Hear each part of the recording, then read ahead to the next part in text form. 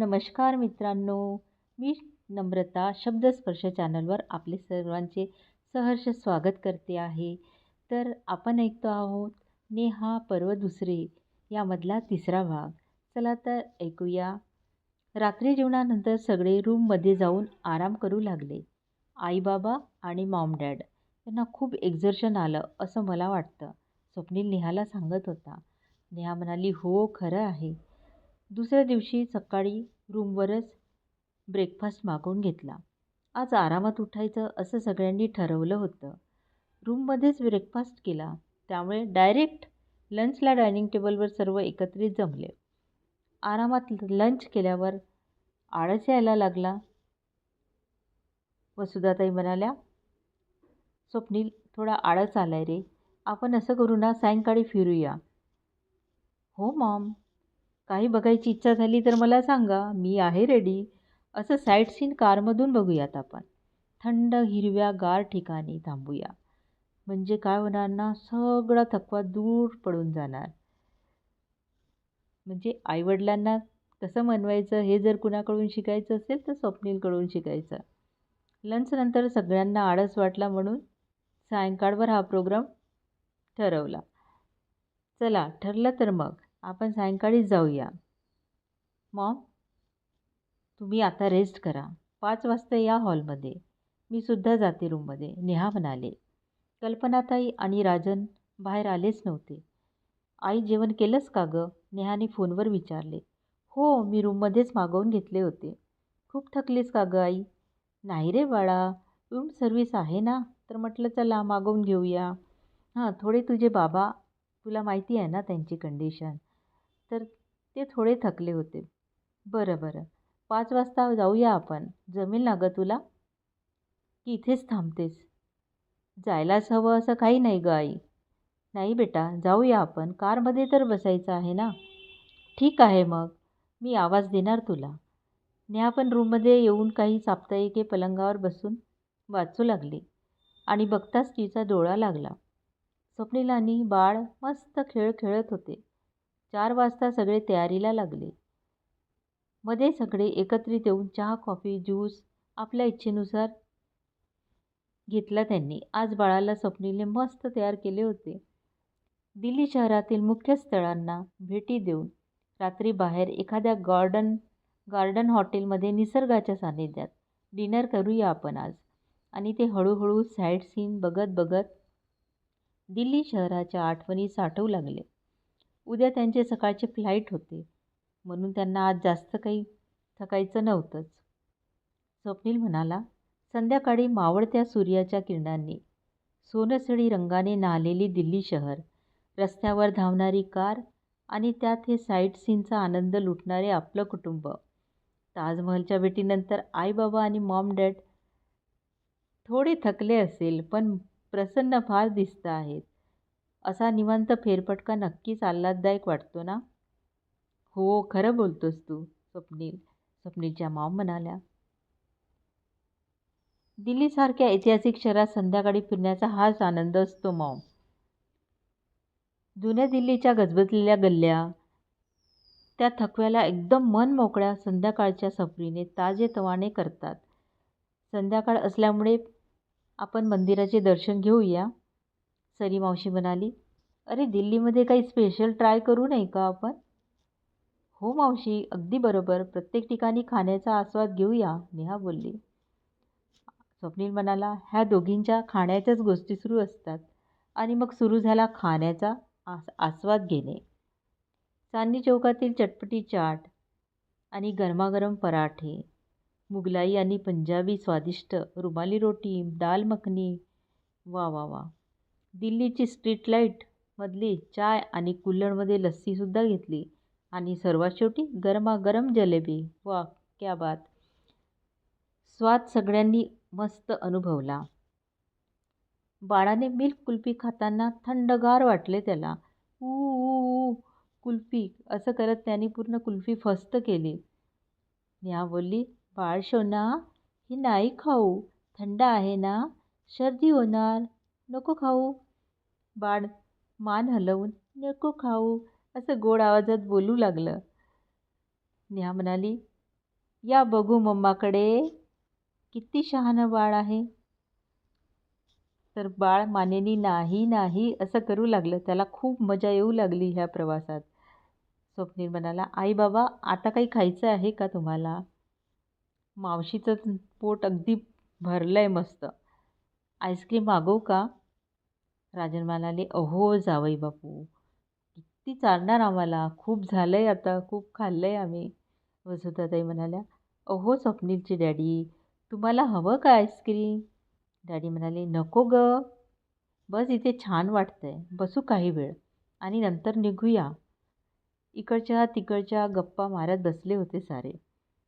तोच कोणीतरी मुलगा माईक घेऊन अचानक समोर आला. माफ करा सर, आम्हाला तुमचा इंटरव्ह्यू हवा आहे. कशाला? स्वप्नील म्हणाला, सर काल मॅमचं स्वागत झालं आहे ना? हो, तुला कसं माहीत? अरे आम्हीसुद्धा कार्यक्रमात होतो आणि आम्ही तुम्हाला ओळखले आहे, एक रिपोर्टर म्हणाला. स्वप्नील त्याला थोडं दूर घेऊन गेला आणि काय बोलला त्याच्यासोबत माहीत नाही. तो सरळ निघून गेला आणि मग स्वप्नील लगेच येऊन म्हणाला, आता आपल्याला इथून निघायला हवं. सगळे आश्चर्याने स्वप्नीलकडे बघू लागले की काय झालं याला, आणि सर्व तिथून निघायला लागले. नेहा म्हणाली, स्वप्नील तू काय म्हणालास त्याला, तो सरळ कसा काय निघून गेला? काही नाही गं, मी म्हणालो मी तुला चांगली न्यूज देतो. आता ही न्यूज कुठेच छापायची नाही. हवं तर तुझ्या बॉससोबत बोल. त्याने फोन केला. त्याचा बॉस नाही म्हणाला. म्हणाला निघ तिथून त्याला. तो सुद्धा फार कन्फ्यूज झाला होता आणि गेला. पण हे कसं शक्य आहे? नेहा म्हणाली. कदाचित कमिशनर साहेबांनी केलं असावं. मी तर सहज बोललो त्याला की तू न्यूज घेऊ नको, आमची इंटरव्ह्यू घेऊ नको आणि न्यूज छापू नको. मला पण आश्चर्यच वाटलं. तो कसा काय निघून गेला? चल नेहा, आताही मला असं वाटतं की बरंच काही आहे. आपल्याला सावध राहायला हवं. आणि मग सगळी फॅमिली कारमध्ये बसली. ऑफिसमधून इतक्या सुट्ट्या मिळाल्या. आता बॉस बघा चांगलेच काम सांगणार आहेत. आपण करतोच गं सगळी कामे. आता तसंही विशेष काही काम नव्हतंच. आपले सर जे आहेत ना फार चतुर आहेत. काम नव्हते म्हणून तर हसत हसत म्हणाले, जा फिरून या, मस्त एन्जॉय करा लाईफ. हो, तू बरोबर ऑब्झर्वेशन केलं. नेहा म्हणाली, आपला हा वेळ खूप सुंदर. तेही संपूर्ण फॅमिलीसोबत जात आहे. किती आनंद होतो ना. नाहीतर कधी तुला सुट्टी तर कधी मला सुट्टी. कधी वेळच अशी म्हणजे आपल्याला मिळतच नाही. खरंच खूप सुंदर आठवणी आहेत या. स्वप्नील म्हणाला, चला हॉटेलला पोहोचलो एक वेळचे. चला सगळे लवकर झोपा बघू आणि सकाळी 7ला निघायला हवं आपल्याला. नेहा स्वप्नील रूममध्ये आले. झोप तर खूप येत होती, पण बाळ काही झोपेना. स्वप्नील म्हणाला, कारमध्ये खूप छान झोपला होता हे छोटं पिल्लू. आता कसा झोपणार? तो खोलीत आल्यावर रोमॅन्टिक गाणं गुणगुणू लागला. ए काय रे स्वप्नील, आजकाल तू कविता करत नाहीस का? काय म्हणतेस तू नेहा? मी तर नेहमी तुला बघितलं की मला कविताच सुचतात. तर मग गा ना. कदाचित आम्ही लोरी समजून झोपून जाऊ. अच्छा, म्हणजे माझी कविता आता लोरी बनली नाही का? हो बिलकुल. चल ठीक आहे. मी आत्ताच एक कविता रचली होती ती तुला ऐकवते. हो हो नक्की. आणि नेहा मस्त मांडी घालून बसली ऐकायला. चांदण्यात तुझ्या सोबतीने, चांदण्यात तुझ्या सोबतीने, हळूवार चांदणे अलगद जरणारे, तुझ्या मिठीत मी हरवून जाणारे, हातात हात श्वासात श्वास, तुझी नजर गाते गाणं अन थांबतो माझा काळ, तुझा आवाज जणू साखर सर, मनात वाजतो प्रेमाचा गजर, तुझी बोलकी नजर गुणगुणताना लाजते रात्र, स्पर्श तुझा देई गुलाबी ज्वर, तुझ्या कुशीत विसावतो चंद्र, तुझ्या कुशीत विसावतो चंद्र, स्पंदनाचे सूर सजतात मंद, प्रेमाच्या लयीत मन वेडे होते, तू आणि मी एकरूप जग होते. खूप सुंदर कविता, खूप सुंदर रचलास. बघ तू कविता गायलास, म्हणालास आणि बाळ झोपलं. किती छान तुझी अंगाई आहे ना. आता मी अंगाई गाऊ का परत? नाही नाही, आता नको गाऊस. पण खूप सुंदर कविता होती तुझी बरं का. जेव्हा लवकर उठायचे असतं ना, तेव्हा माझ्यावर फार टेन्शन येतं आणि मग माझी झोपच उडते बरं का. तुला एक वेळचा मी किस्सा सांगते बघ. मला आणि मैत्रिणीला कॉलेजमध्ये ॲडमिशनकरिता बाहेरगावी जायचं होतं. ती माझ्याकडे आली होती. फर्स्ट इयरची गोष्ट आहे ती. आई म्हणाली, "मुलींनो लवकर झोपा." तर मी आणि माझी फ्रेंड आम्ही लवकरच झोपायला गेलो. ती पण हो म्हणाली आईला. ती तर माझ्याहीपेक्षा भयंकर झोपली होती. सकाळची फ्लाईट होते आमचे आणि आम्ही मस्त झोपेत झोपलोय बरं का. आईलाच जाग आली. आईने आम्हाला बघून डोक्यावरच हात ठेवले. "अरे देवा! अगं नेहू, फ्लाईट होती ना तुझी." मग मी तिला म्हणाली, "ए ठमे, उठ लवकर. वाट लागली आपली. फ्लाईट कधीची सुटली आपली. आता आईला सांगू नको, नाहीतर आई चांगला दम देईल बरं का." तरी पण आम्ही दोघी तयार होऊन कॅबने निघालो एअरपोर्टला. सिक्युरिटीने जाऊ दिले आतमध्ये, पण गेट पास काढताना तो म्हणाला, "मॅडम, आता 2 मिनिटात तुमची फ्लाईट जाणार आहे. तुम्हाला कसं जायला मिळेल?"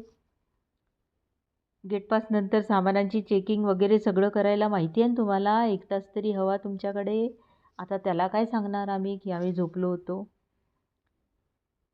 मग आम्ही काय केलं, थांबलो तिथेच.